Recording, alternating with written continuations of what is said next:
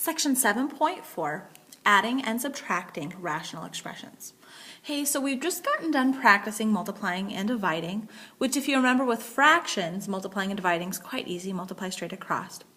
But when it comes to adding or subtracting, things get a little more complicated because you need that common denominator. So our objective for today is to add or subtract rational expressions, and we're also going to simplify complex fractions. Okay, so when adding or subtracting with like denominators, so if the denominators are already alike, there's really not a whole lot you have to do there. All you do is add and or subtract the numerators,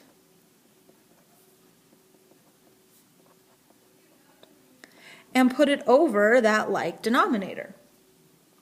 Okay, so in symbols, if I had A over C plus B over C, I would just add my numerators, A plus B over C, and then when it's all said and done, see if you can't simplify anything.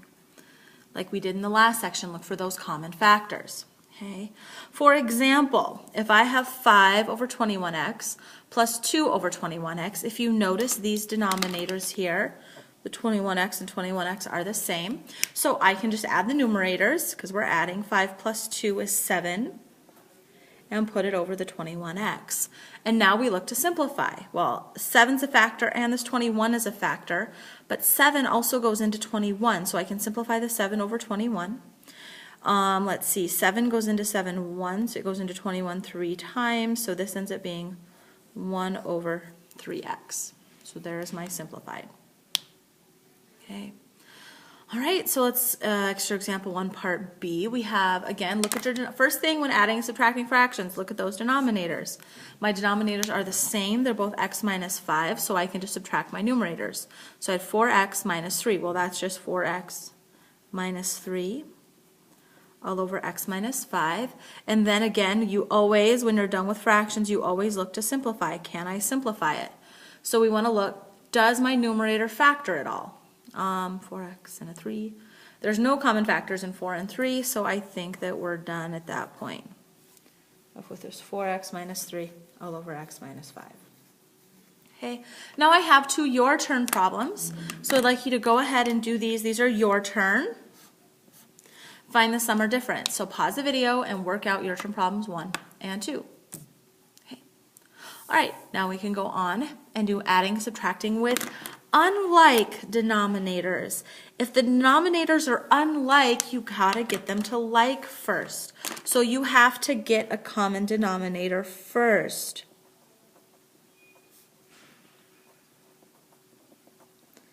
Get a common denominator first, and then you can work it out just like we did when we had a common denominator. So get a common denominator first by finding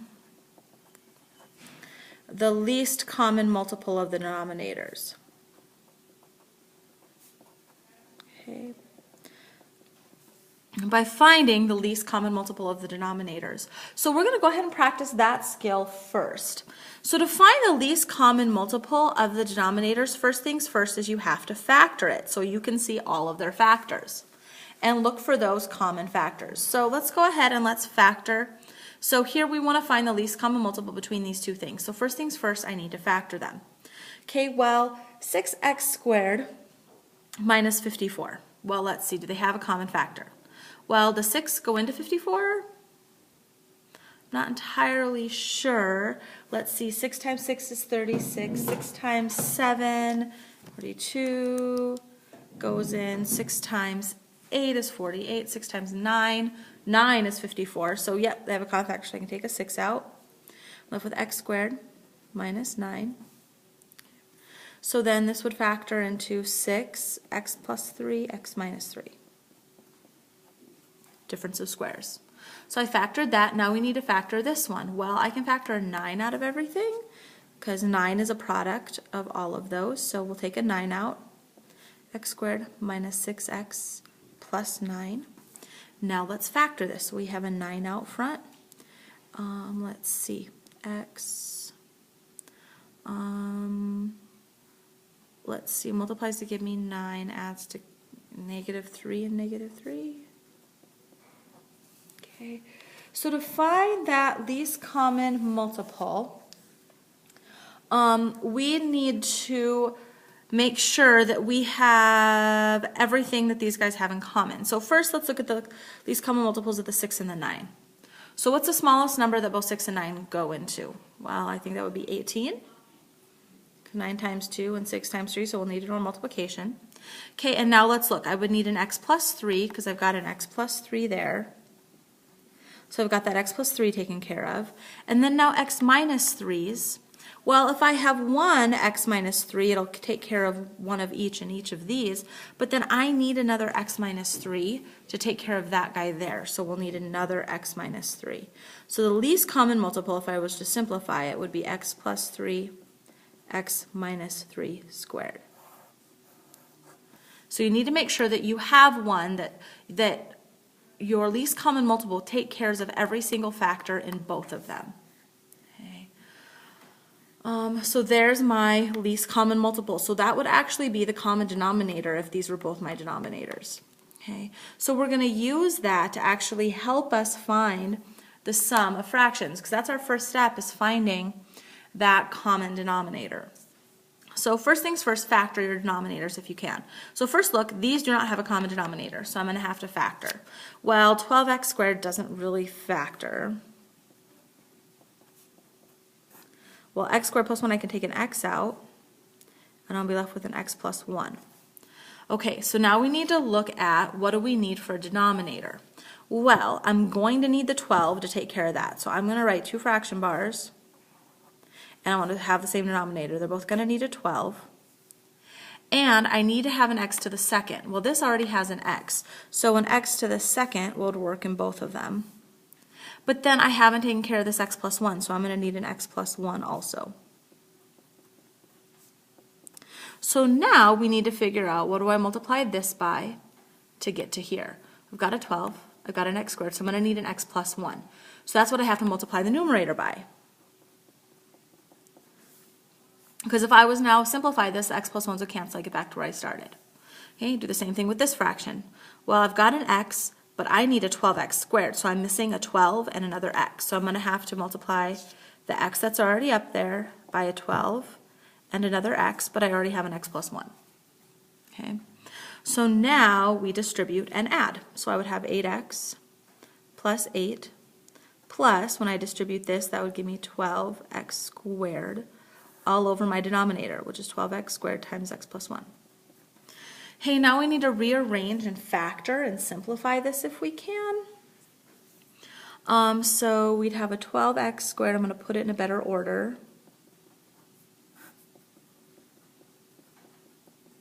Okay, and then I'm going to, let's see, try to factor my numerator. I can take a 4 out of everything.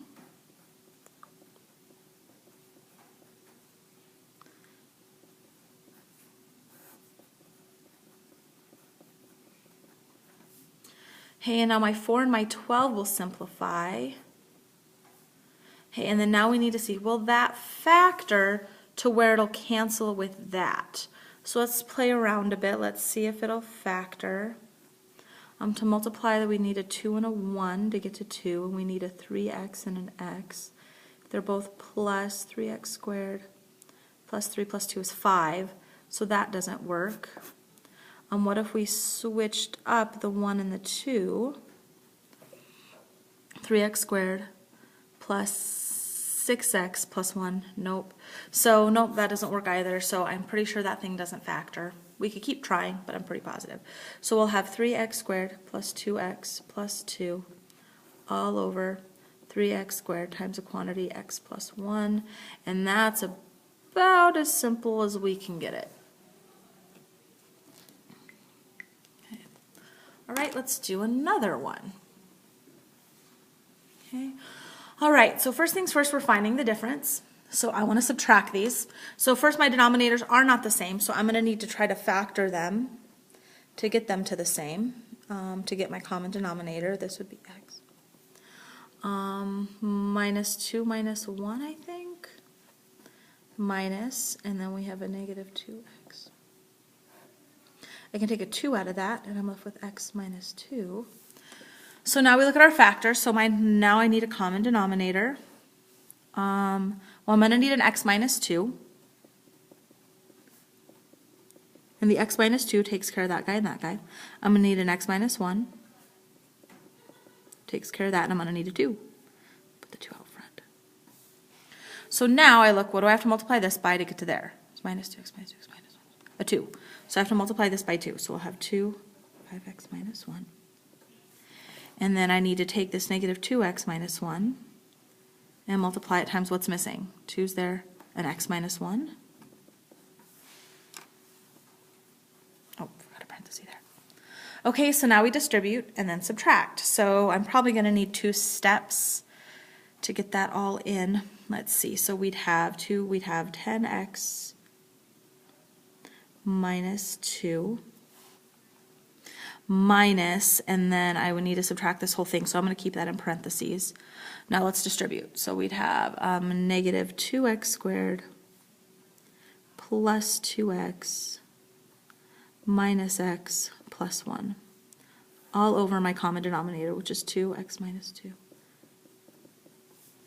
Okay, kind of out of room, so I'm going to bring it up over here. So now I want to subtract everything in that term. So I'll have 10x minus 2 minus the negative 2x squared is plus 2x squared minus a 2. Well, 2x minus x is 1, so I'd have minus 1x minus 1 all over 2x minus 2.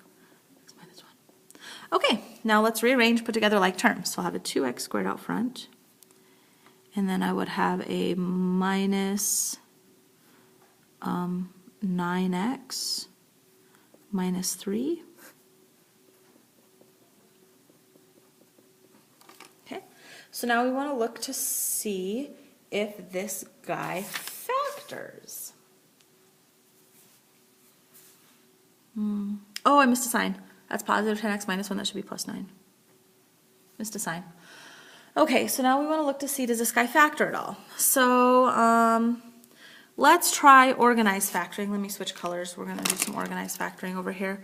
So I'm going to take 2 times negative 3. That's negative 6. I want to multiply to get negative 6 and add to get 9. Well, only options are 1 and 6 and 2 and 3. And none of those will add to get 9. So that tells me that that does not factor. So this is my final answer. 2x squared plus 9x minus 3 all over 2x minus 2x minus 1. Okay. If you flip it over here, I have some your turn problems. So I'd like you to do these on your own.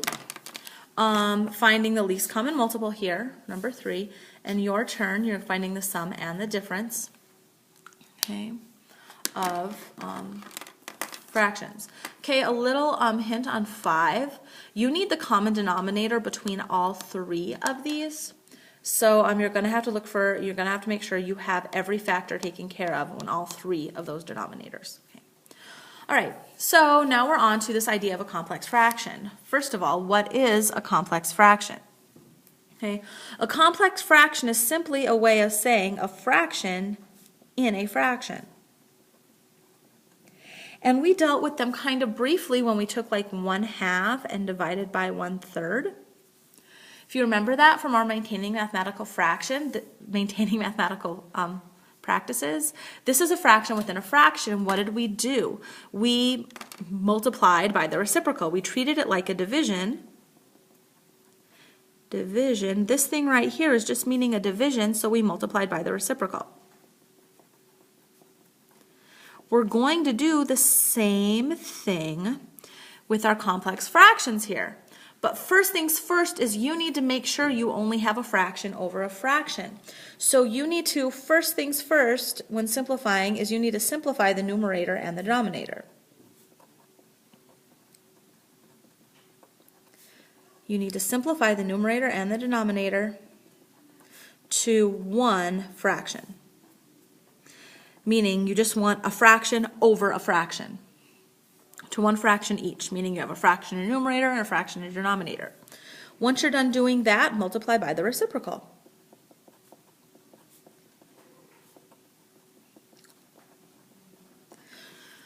Okay, so what that looks like is here's a complex fraction, And we need to identify my numerator and my denominator. Well, my numerator is this chunk up here. There's my numerator. And my denominator is this chunk down here. Well, my numerator is just a single fraction, 6 over x minus 2. But my denominator is two separate fractions, so I'm going to have to simplify that thing first. So I'm going to do that off to the side here. So I need to take 1 over x minus 2 and add it to 3 over x. So to do that, I'm going to need a common denominator. So my factors are an x minus 2 and an x. So I'm going to need an x minus 2 in both of my denominators, and I'm going to need an x. So now what do I multiply this by to get to that? I multiply by an x, so I have to multiply the 1 by an x. Now to multiply this to get to there is an x minus 2, so I'm going to have to multiply the 3 by x minus 2. So then now when I add these, I would have x plus 3x minus 6 all over x minus 2. Okay. So then now, my now complex fraction becomes 6 over x minus 2 divided by, now when I put together like terms, 4x minus 6 all over x minus 2. So now I have the numerator as a single fraction and the denominator as a single fraction. So now I can think of this as multiplying by the reciprocal. So I'm going to take 6 over, this equals 6 over x minus 2 times the reciprocal of this, which is x minus 2 all over 4x minus 6. So now, again, to multiply fractions, what do? We factor and cancel out common factors. Well, that's factored, that's factored, that factored. Ooh, I can take a 2 out of that. So let's see, let's take it over here because I'm out of room.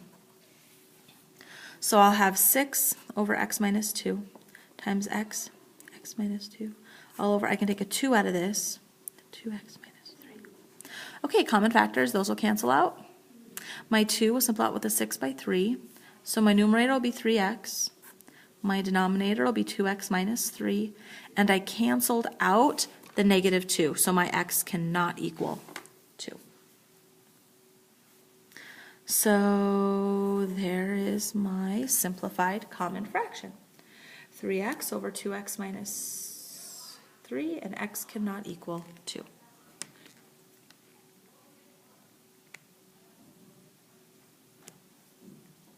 Okay. All right, now you have a your turn problem here. Your turn number 6. So I'd like you to go ahead and do this one on your own. Come to class ready to discuss with questions. Good luck.